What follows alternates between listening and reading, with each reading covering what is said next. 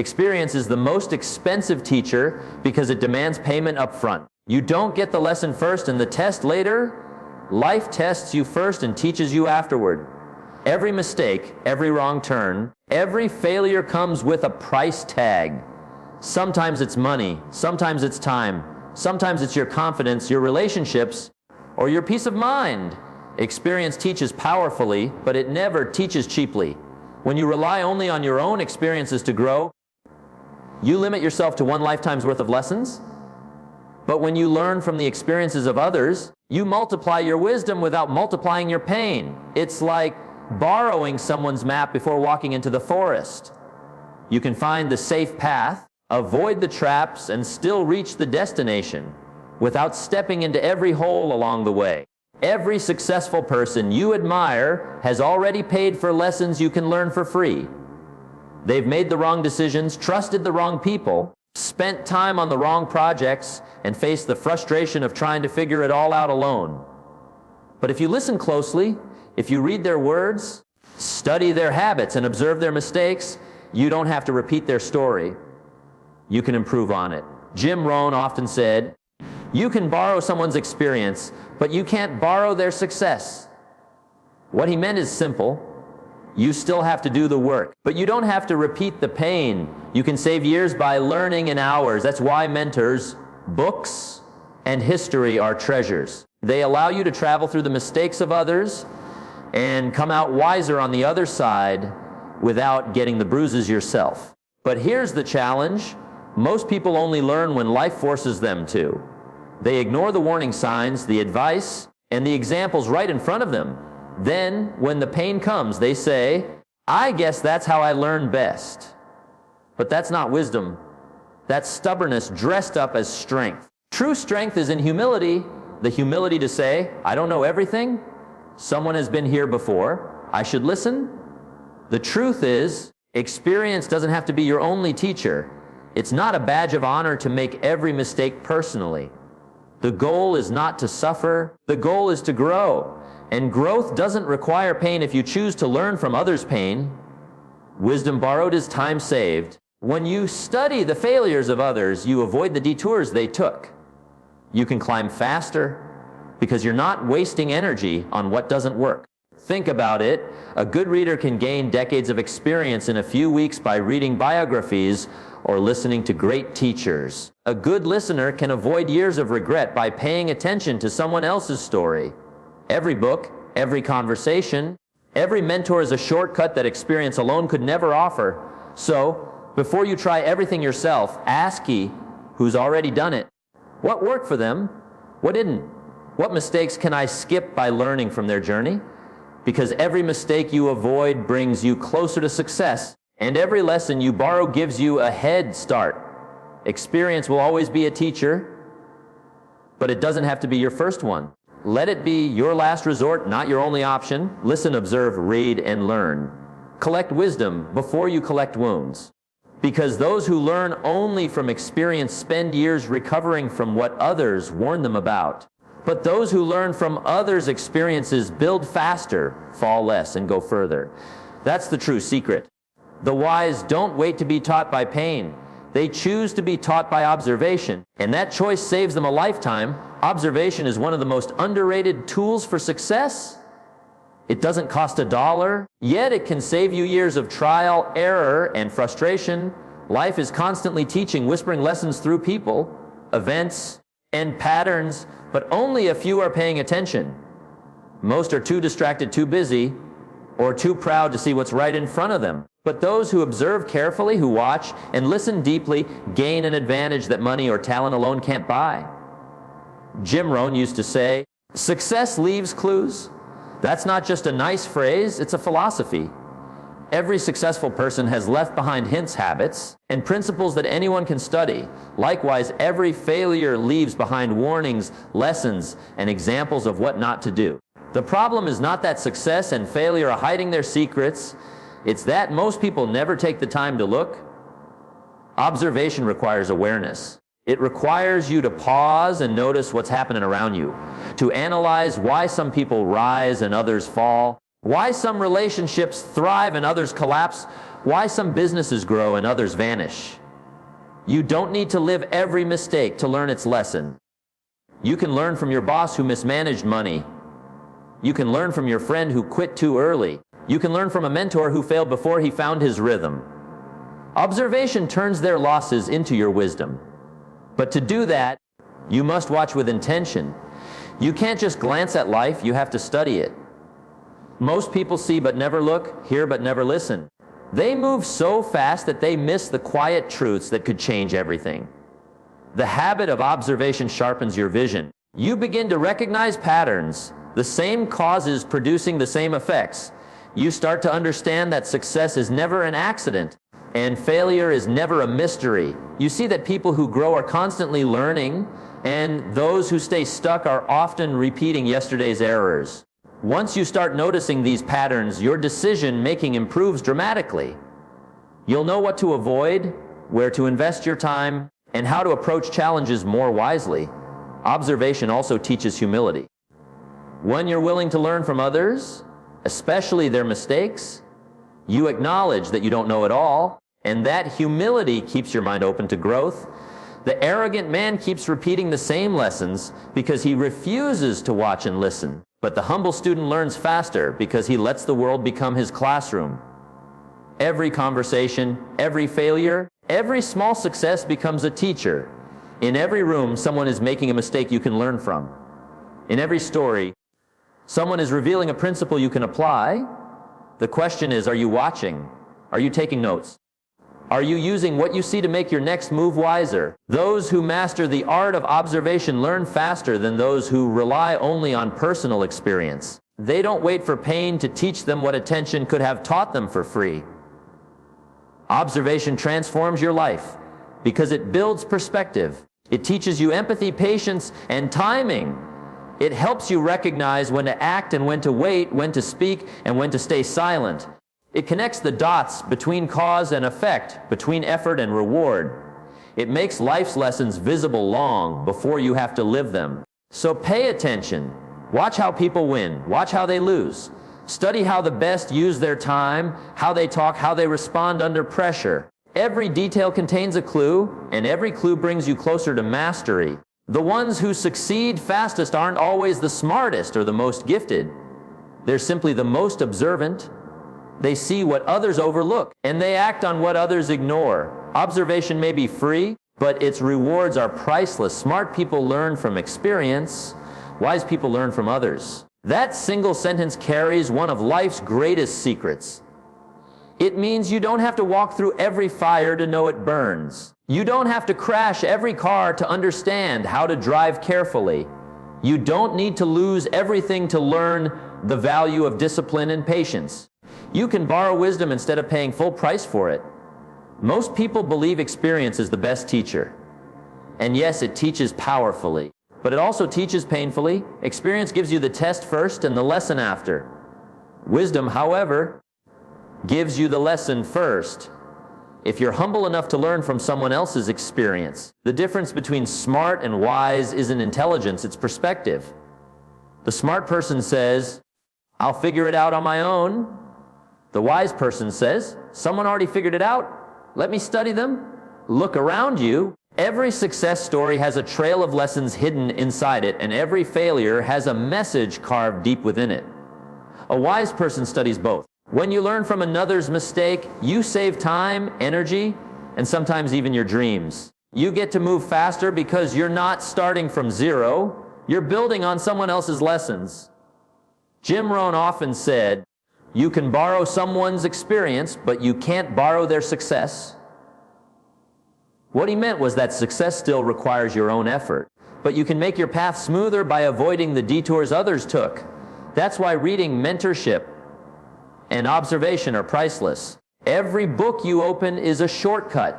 Every mentor you listen to is a bridge over mistakes you'll never have to make. Every story of failure you study is a guardrail protecting you from repeating it.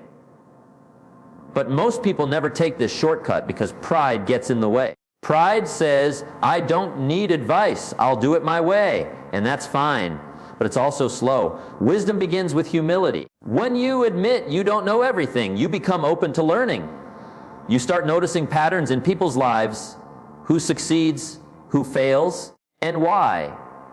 You start connecting dots that others miss. That's how you move from being smart to being wise. Learning from others doesn't mean copying them. It means studying their mindset, their discipline, their values, and their habits. If you want to build wealth, study people who have done it with integrity. If you want strong relationships, observe those who nurture love and respect. If you want peace, watch how calm people handle chaos. Life gives you examples every day. Wisdom begins when you start noticing them. Think about this. Life is too short to make every mistake yourself. If you only learn by doing, you'll spend years cleaning up avoidable messes. But if you learn by observing, you'll leap forward while others are still recovering. That's not luck. That's leverage. The wise person leverages the experience of others to accelerate their own growth. The truth is, everyone around you is a teacher. The successful teach you what to pursue, and the unsuccessful teach you what to avoid. The key is to stay teachable. Keep your ears open, your ego quiet, and your notebook ready. Every conversation, every book, every failure you witness is a free seminar if you're willing to listen. So remember, smart people learn from experience, but wise people learn from others. Wisdom is borrowed experience, paid for by someone else's mistakes, earned by their struggle, and gifted to you through their story. Don't waste it. Learn fast, stay humble, and keep your eyes open. Because in the race of life, those who learn from others never start at the starting line. They begin miles ahead. Mentors compress decades into days. That's one of life's greatest secrets to acceleration. What takes one person 10 years to figure out, a mentor can show you in a single conversation. Not because they are smarter than you, but because they've already walked the road you're about to travel. They've faced the obstacles, endured the failures, and gathered the lessons. And when they speak, they're handing you the map they drew with their own sweat and struggle. Too many people try to climb the mountain of success with no guide. They start from zero, guessing, stumbling, repeating mistakes that others already solved years ago. Then they wonder why progress feels slow. It's because they're learning only through experience. The slowest and most expensive teacher in the world. A mentor, however, offers the shortcut. They take the years of trial, error, and frustration and condense it into principles you can apply today. That's why learning from a mentor doesn't just save time, it multiplies it. Jim Rohn often said, find someone who has what you want, study what they did, and do the same until you get the same. Success leaves clues, and mentors are the ones who reveal those clues to you. When you listen to someone who's already succeeded, you gain the advantage of hindsight without suffering the pain of hindsight. You get to see the potholes before you step in them, the wrong turns before you make them, the traps before you fall for them. That's how decades become days. But here's the catch, not everyone can benefit from a mentor. Some people seek advice but never apply it. Some hear wisdom but let pride block it. The value of a mentor is not just in their experience, it's in your willingness to listen, learn, and implement. Humility is the bridge that connects their wisdom to your success. When you stop thinking you already know everything, you open the door to learn what actually works. A mentor doesn't walk the path for you. They just shine the light ahead so you can walk with confidence. You still have to take the steps, face the fears, and put in the effort. But now you're not walking blind, you're walking guided, and that makes all the difference. Imagine trying to build a business, grow in leadership, or master a skill without any guidance. You'd waste years figuring out what someone else could have told you in an afternoon. The mentor says, don't do that, I've tried it. Here's what works instead. Those few words could save you thousands of dollars, hundreds of hours, and endless frustration. That's what it means when we say mentors compress decades into days. They save you from unnecessary pain by transferring earned wisdom. Think about it. Every great achiever has a mentor. The top athlete has a coach. The top investor has a teacher. The best speaker had someone who once believed in them before anyone else did. Mentorship isn't weakness, it's wisdom. It's the recognition that no one climbs to greatness alone. We rise faster when someone ahead pulls us upward. So seek mentors, Study their habits, their mindset, their philosophy. Ask questions, listen deeply, and most importantly, act on what you learn. Because the true gift of a mentor is not their knowledge, it's the transformation that happens when you apply that knowledge. You can spend years wandering in circles, or you can follow someone who already knows the way. One path costs you time, energy, and frustration. The other gives you direction, focus, and speed. The choice is yours. The wise choose mentorship because they know in the race towards success, the fastest runners are those who carry the wisdom of those who ran before them. Mentors compress decades into days, but only for those humble enough to learn. Pride is one of life's quietest killers. It doesn't show up with noise or warning. It slips in softly, whispering, "You already know enough," or "You don't need help." And before you realize it, pride has built a wall between you and growth. Pride convinces a person that asking questions makes them weak, that listening means they're behind, and that learning from others somehow reduces their worth. But the truth is, pride doesn't make you strong. It makes you blind. It keeps you where you are, even when you're capable of so much more. Humility, on the other hand, is strength under control. It's the ability to say, "I don't know everything, but I'm willing to learn." Humility doesn't lower your value. It raises your capacity. The moment you admit you don't know something, you've opened the door for knowledge to enter. The moment you allow correction, you've made room for wisdom to grow. Every breakthrough in life begins with that small, humble admission. Teach me. I've met people who had every resource, every opportunity, but they couldn't progress because pride locked them in the prison of their own ego. They stopped listening, stopped reading, stopped learning. They thought success was a finish line, not a classroom. But humility knows there's always another level, another lesson, another person who can show you a better way. The people who keep rising in life aren't the ones who know it all. They're the ones who stay curious, hungry, and teachable. When you're humble, you attract mentors. Why? Because people love to pour into someone who listens, who values wisdom, who's ready to grow. But when you're prideful, you push away the very people who could help you climb. Pride says, "I can do it alone." Humility says, "I can go further with guidance." Pride wants recognition, humility wants results. Pride seeks comfort. Humility seeks growth, and in the long run, humility always wins. Think about it. Every great leader, every achiever, every visionary started as a student. They asked questions. They failed, they adjusted, they learned again. They weren't afraid to sit at someone else's feet before they stood on their own platform. Jim Rohn often said, "Be a student, not a follower." That means you don't have to worship your mentors, but you must be willing to learn from them. The moment you stop learning, you start declining. Sometimes life humbles us to teach us what pride refused to hear: a lost job, a broken plan, a tough failure. These are all lessons sent to remind us that we don't have it all figured out. Humility helps you recover faster because it allows you to admit mistakes and make changes.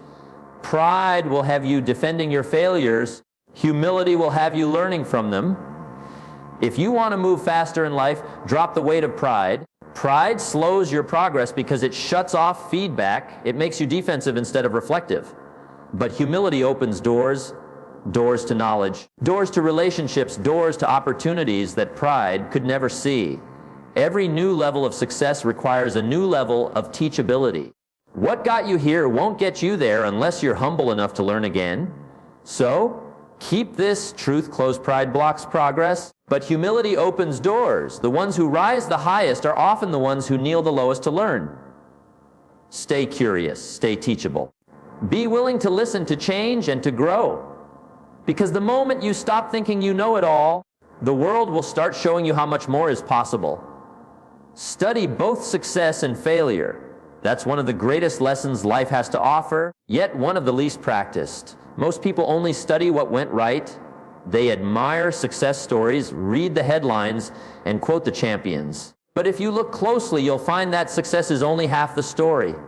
The other half, the half that most people ignore, is found in failure. And that's where the richest lessons hide. When you study success, you learn the steps that lead to victory. But when you study failure, You learn the traps that destroy potential. Both are essential. If you only study success, you might copy what worked for someone else without understanding why it worked. If you only study failure, you might become afraid to act. But when you study both, you gain balance, the wisdom to move forward boldly while avoiding the obvious mistakes that others have already made. Life is full of patterns. People succeed for reasons, and they fail for reasons. These patterns repeat across generations, across industries, across cultures. The names change, the faces change, but the causes remain the same. People fail because they ignore discipline. They stop growing. They give up too early. They make excuses, or they refuse to take responsibility. These mistakes are not secrets. They're lessons written in plain sight. If you pay attention, you can save yourself years of unnecessary pain. When I was young, I thought that to become wise, I needed to experience everything myself. I thought every mistake would be a valuable teacher. But experience alone is a slow, painful instructor. If you can learn from the failures of others, you accelerate your growth without paying the full price of the lesson. Every book, every biography, every story of struggle is a classroom waiting for you to enter. The successful have left behind blueprints. The failures have left behind warnings. Both are priceless if you have the eyes to see. Jim Rohn often said, "Success leaves clues." But so does failure, even more obvious ones. Look at those who once had everything and lost it. Look at the companies that fell apart after success. Look at relationships that started strong but crumbled. Don't judge them, study them.